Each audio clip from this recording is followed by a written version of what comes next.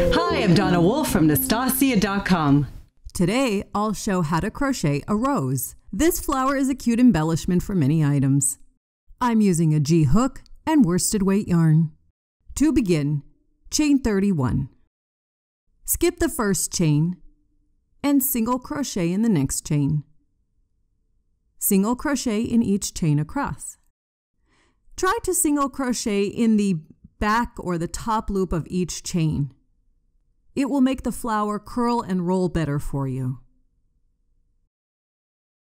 At the end, chain 1 and turn your work. For each petal, we'll start with 1 single crochet. Then, in the next stitch, make 5 double crochet stitches. 2, 3, 4, and 5. In the next stitch, make a single crochet. There's our first petal. For the second petal, start with a single crochet. Then make 5 double crochet stitches in the next stitch. 2, 3, 4, and 5. Single crochet in the next stitch. And for our third petal, do the single crochet, the 5 double crochet stitches,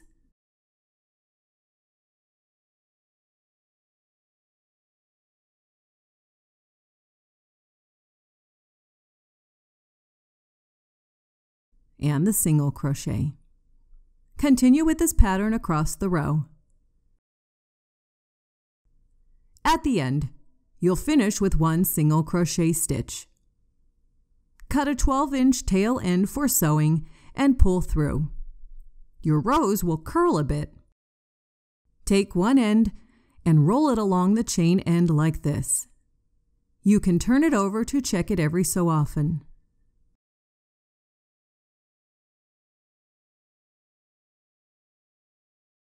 Once the roll is complete, thread the long tail end through a yarn needle.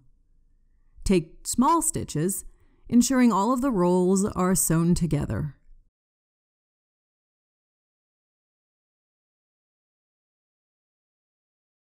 You can tie and knot the 2 ends together if you wish.